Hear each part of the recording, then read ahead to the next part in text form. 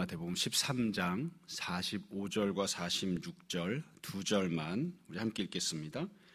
또 천국은 마치 좋은 진주를 구하는 장사와 같으니 그렇게 값진 진주 하나를 발견하매 가서 자기의 소유를 다 팔아 그 진주를 사느니라. 아멘. 우리가 추석 명절 연휴 기간 동안 한 열흘 가까이 쉬었다가 다시 이제 아침 예배로 모였습니다. 우리가 마태복음 13장 말씀을 함께 나누고 있습니다. 이 13장은 흔히 비유장이라고 해서 예수님께서 비유를 말씀하시는 내용이 들어있는데요. 세부적으로는 3개의 소단락으로 되어 있습니다. 3개의 소단락 각각마다 처음에는 비유를 말씀하시고, 두 번째로는 비유를 말씀하시는 이유를 설명하시고, 마지막 세 번째로 비유에 대해서 해석하시는 말씀을 주십니다. 첫 번째 소단락에서는 씨 뿌리는 비유가 나왔고요. 두 번째 소단락에서는 곡식과 가라지 비유, 그리고 겨자씨와 누룩 비유가 나왔습니다. 지금 보고 있는 이 본문은 세 번째 비유 단락인데요. 지금 읽은 45절 앞부분에는 하나의 비유가 먼저 나왔었죠. 밭에 감추인 보화 비유가 있었습니다. 그리고 지금 이제 두 번째 극히 값진 진주 비유가 나옵니다. 이 내용도 앞에 나왔던 밭에 감추인 비유와 비슷한 패턴으로, 비슷한 전개 방식으로 되어 있습니다. 약간씩만 내용이 다르고 또 핵심 주제는 비슷하게 되어 있습니다. 먼저 45절에 보시면 처음에 주제가 무엇인지가 나오죠. 또 천국은 이렇게 시작합니다. 그러니까 여기 나오는 값진 진주 비유의 핵심 주제는 천국입니다. 반복해서 말씀드립니다만 여기서 말씀하신 천국이라는 것은 죽은 다음에 우리가 올라가게 되는 영생을 누리는 천국이 아니라 이 땅에서 우리가 누리게 되는 하나님 나라, 이 땅에서 구원받은 자가 누리게 되는 천국에 대해서 말씀을 하시는 거예요. 앞부분에서도 주제가 천국이었고 지금도 천국입니다. 여기 보시면 천국에 대해서 이렇게 이야기를 해요. 마치 좋은 진주를 구하는 장사와 같다. 이렇게 시작을 하고 있습니다.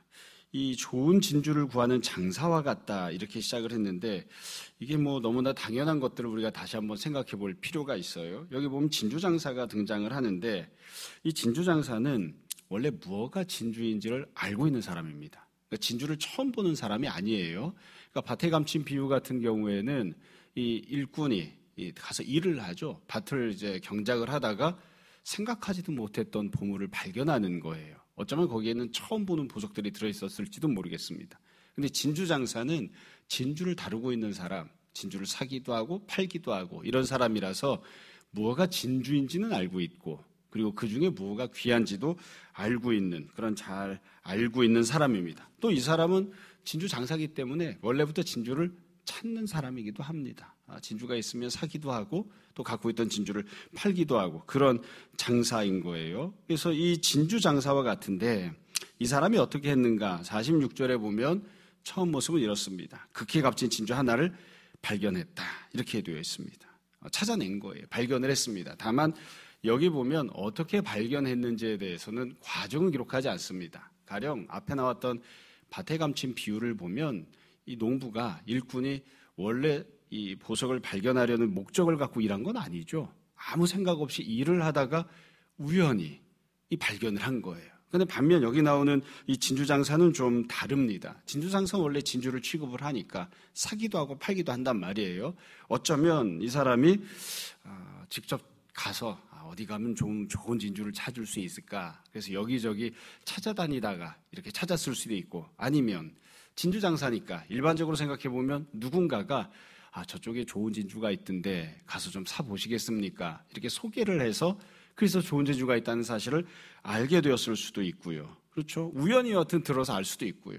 그래서 여기서 발견을 했는데 어떻게 발견했는지는 모르겠습니다. 다만 앞에 있던 농부와는 다르게 그래도 사람들이 이 사람은 좋은 진주가 있으면 살 사람이야. 그 정도로 알고 있으니까 가서 소개를 하거나 저쪽에서 가서 사보세요. 이렇게 얘기했을 수도 있지 않을까 싶습니다. 여하튼 경로가 무엇이었든 방법이 무엇이었든 좋은 진주가 있다는 것을, 값진 진주가 있다는 것을 찾은 거예요. 그래서 밭에 감춘 비유와보다는 이 사람은 조금 더 적극적인 거죠. 주변 사람들이 압니다. 이 사람은 좋은 진주를 놓치지 않을 거다. 값을 잘 매겨줄 것이다. 이렇게 알고 있는 그런 사람입니다. 이런 점에서 생각해보면 이 값진 진주 비유는 일정 부분은 구약의 이스라엘과 비슷한 면을 갖습니다. 왜냐하면 구약의 이스라엘 백성들은 이방인들과는 다르게 하나님의 은혜를 경험한 사람들이죠.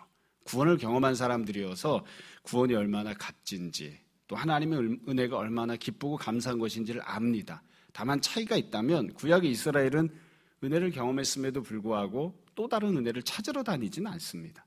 또 하나님께서 예수님을 보내주시고 메시아를 보내주시고 구약보다 훨씬 더 큰 은혜와 구원을 주셔도 그것을 별로 기뻐하지도 않고 거기에 대한 궁금증을 갖거나 이렇게 하지도 않는 그런 점에서는 차이가 있죠. 그러니까 구약의 이스라엘 백성들은 진주장사와 같기는 하지만 그러나 값진 진주를 찾지는 않는 그런 모습이다 이렇게 볼 수 있습니다. 자, 그러면 이 진주장사가 진주가 있다는 것을 발견한다면 어떻게 했는가? 본문을 보면 중간 과정을 생략을 해놓았습니다. 사실은요, 앞부분에 보면 밭에 감추인 보화 비유 같은 경우에는 이 발견을 했던 일꾼은 어떻게 하냐면 일단 그 찾은 보화를 숨겨둡니다. 자기만 갖기 위해서 숨겨두는 일을 하고요. 그 다음에는 그것 때문에 기뻐합니다. 근데 지금 본문을 보면 이 진주장사는 그런 내용이 나오지는 않아요. 그러나 우리가 상식적으로 생각할 수 있는 부분이 있습니다. 아마 어딘가에서 진주를 발견했다고 했을 때 그 진주가 땅에 묻혀 있는 건 아닌 것 같거든요. 뒤에 보면 가서 자기 재산을 팔아서 가서 샀기 때문에 누군가가 소유하고 있는 거예요. 어떤 사람이 소유하고 있는 것이니까 아마 그 사람을 찾아가겠죠. 상식적으로 생각했을 때 그렇다는 겁니다.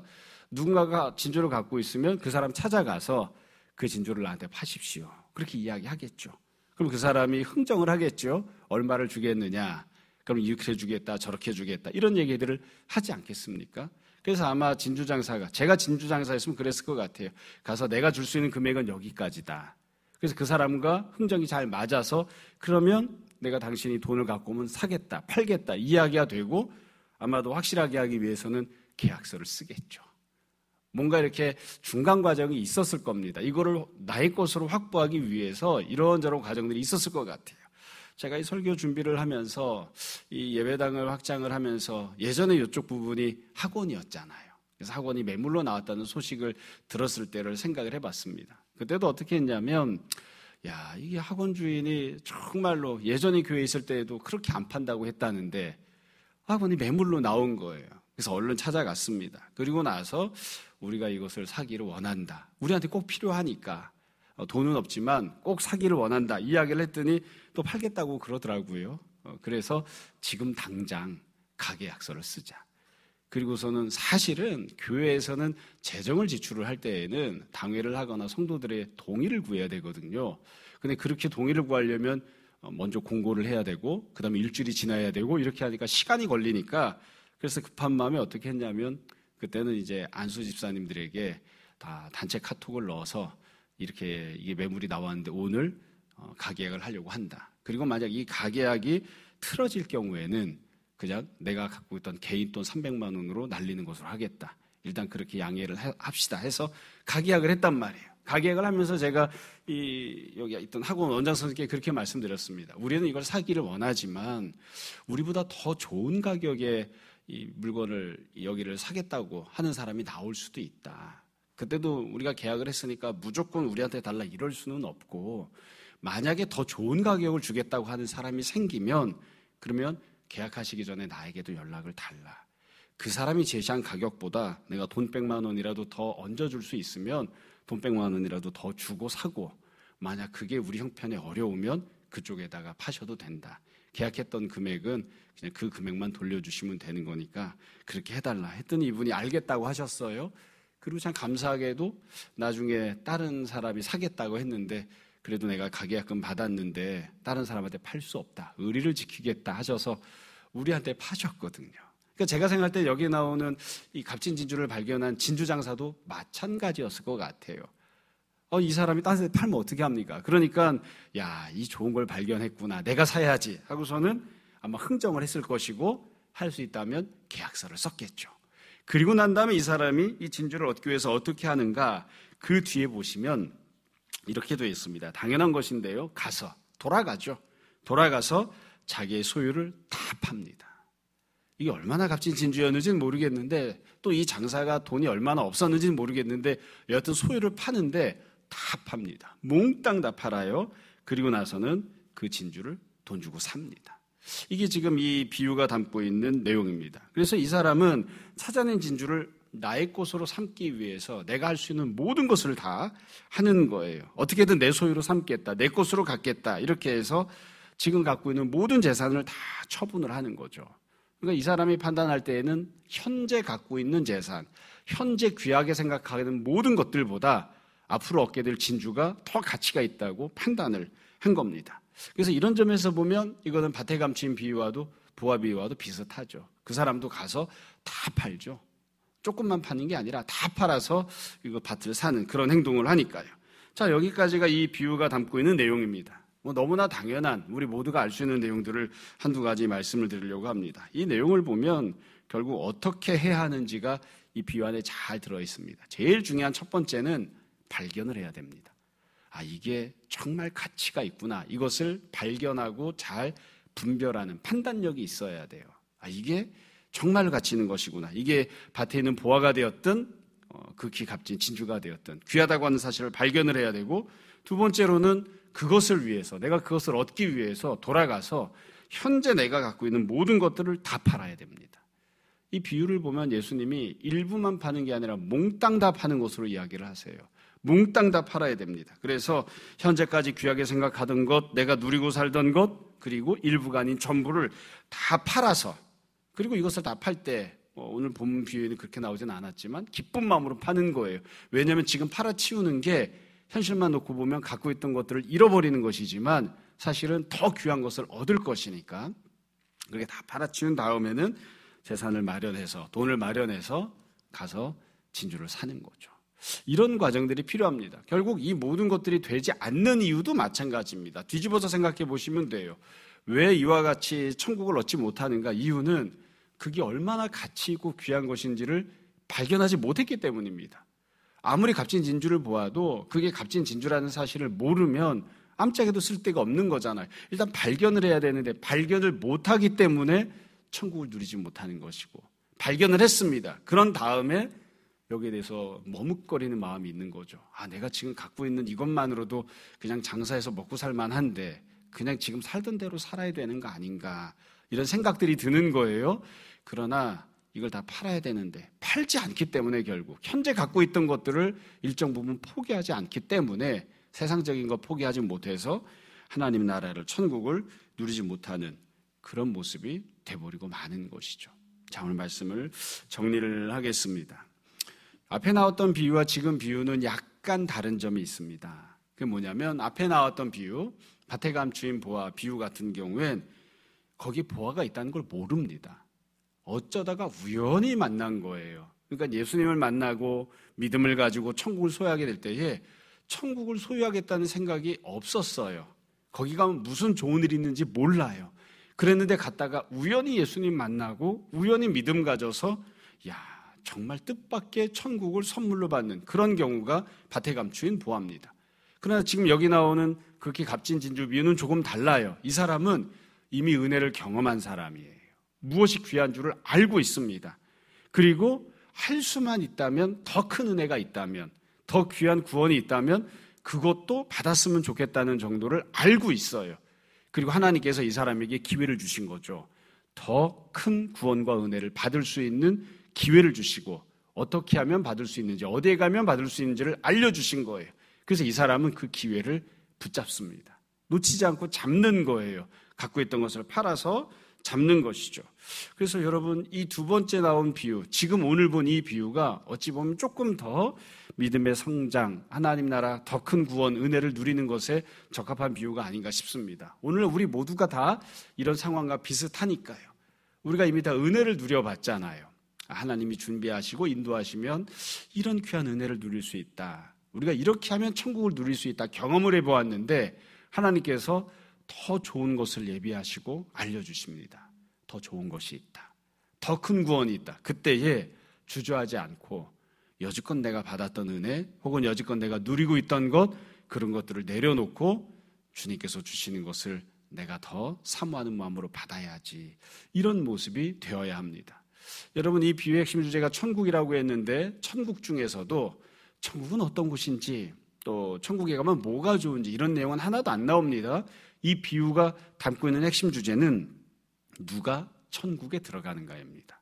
누가 이 땅에서 천국을 더 풍성히 누릴 수 있는가? 이게 이 비유의 핵심 주제입니다. 누가 누릴 수 있는 것인가요? 은혜를 받아서 은혜가 귀한 것을 알고 더 큰 은혜를 사모하고 더 큰 은혜를 찾고 그것을 위해서라면 내가 갖고 있는 것을 아낌없이 팔 수 있는 그 사람이 더 큰 구원과 더 큰 천국을 누릴 수 있습니다. 모쪼록 우리 모두가 다 이와 같은 사람들이 되었으면 좋겠습니다. 갖고 있는 진주만 소유하고 팔고 그렇게 살아도 훌륭하게 살 수 있습니다. 그러나 할 수만 있다면 더 좋은 것들을 사모하고 더 귀한 구원들을 찾고 그래서 그 더 귀한 천국을 받아 누리는 우리 모두가 되었으면 합니다. 모쪼록 주님께서 우리에게 잘 바라보는 열려있는 눈과 또 잘 판단하는 지혜 또 행동할 수 있는 담대함을 허락해 주시기를 주님 이름으로 축원합니다. 잠시 기도하겠습니다. 아버지 하나님 은혜를 감사합니다. 주께서 우리에게 주님을 아는 자들 되게 하시고 교회를 사랑하며 섬기는 자들 되게 하시고 예배자가 되게 하시니 감사합니다. 이미 받은 은혜도 참 크고 놀라워서 우리에게 합당치 않음을 고백합니다. 그러나 주님, 우리가 가난한 마음으로 더 큰 은혜를 사모하고 더 큰 은혜를 찾는 자들이 되기 원합니다. 우리에게 더 말씀의 풍성함을, 더 깊고 놀라운 기도의 진리를 우리가 배우고 깨닫게 하시고 또 지금까지 누리고 살았던 것 이상으로 주께서 예비하신 더 큰 은혜들을 우리가 찾게 하시고 또한 받아 누리게 하여 주옵소서. 아버지 하나님, 우리가 이 땅 가운데 살아가며 날마다 주님의 은혜가 필요함을 고백합니다. 어제도 함께 하셨고 오늘도 함께 하시지만 내일도 또한 함께 하여 주셔서 우리에게 가장 합당한 것들, 가장 또 귀한 은혜들 허락하여 주옵소서.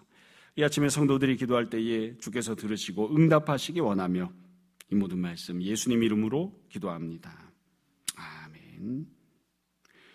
하늘에 계신 우리 아버지여, 이름이 거룩히 여김을 받으시오며 나라가 임하시오며 뜻이 하늘에서 이루어진 것 같이 땅에서도 이루어지이다.